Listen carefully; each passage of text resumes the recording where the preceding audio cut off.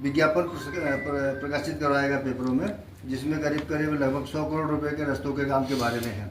इसके बारे में कुछ बताएंगे, आपको जानकारी है कि महानगरपालिकेच्या कायद्यानुसार महानगरपालिकेच्या हद्दीमध्ये जिथे नियोजन प्राधिकरण महानगरपालिका आहे अशा हद्दीमध्ये कुठल्याही अन्य प्राधिकरणाने निमशासकीय प्राधिकरणाचं जर काम करायचं असेल तर त्याला महानगरपालिकेची NOC घेणं क्रमप्राप्त आहे।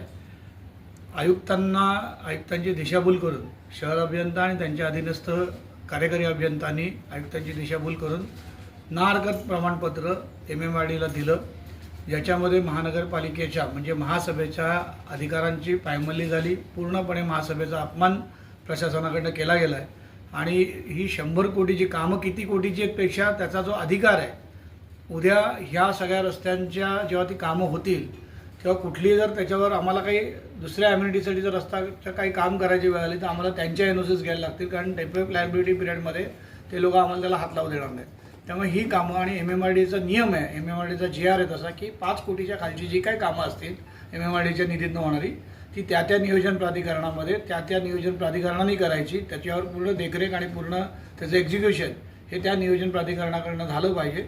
जे साधारणतः किती रस्ते आकडा रस्त्यांचा माहिती नाही, पण जी काही 100 कोटीची कामं त्याच्यात सगळे रस्ते जर बघितले तर कुठले 2 कोटीचे, कुठले 3 कोटीचे, कुठले 2.5 कोटी अशा रस्ते आहेत। तर हे सगळ्याचं इम्प्लिमेंटेशन त्याचं एक्झिक्युशन हे म्हणजे महापालिकेच्या माध्यमातून होणं आवश्यक आहे।